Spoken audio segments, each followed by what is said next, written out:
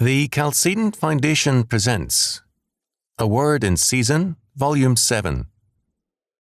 Written by R.J. Rushdoony. Narrated by Nathan F. Conkey. 1. A Rattlesnake's Kisses. I returned late last night from another state where a prominent and nationally known pastor was on trial because of the welfare department's attempts to control his Christian school and home for delinquent girls. I told my wife with amazement of the efforts of the state, despite a state law forbidding all such controls over Christian agencies. A state spy's report was introduced by the defence, and a state official was compelled to read this stupid document. It was about a church prayer meeting, what was sung, who prayed, how many girls were in the restroom at one time, and so on and on. When I told my wife how amazed I was at the evil and stupidity of it all, she said, "Don't expect kisses from a rattlesnake."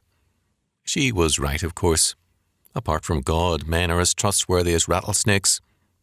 St. Paul tells us of such men. Their mouths are open sepulchres, that is, their words give death, not life. They're full of cursing and bitterness. They are quick to hurt and kill, given to destruction and misery, and aliens to peace, because there is no fear of God before their eyes. Romans 3:18. Giving a man a high office does not make him good, it only increases the scope of his evil. No man is made a saint by man's election.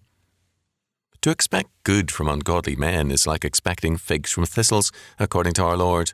Matthew 7:16. We've been giving power for years to all kinds of agencies and bureaus without considering that it's evil to create such concentrations of power. Too much power is dangerous in any man's hands, and certainly a great source of evil in ungodly hands. We cannot breed rattlesnakes and expect nursemaids.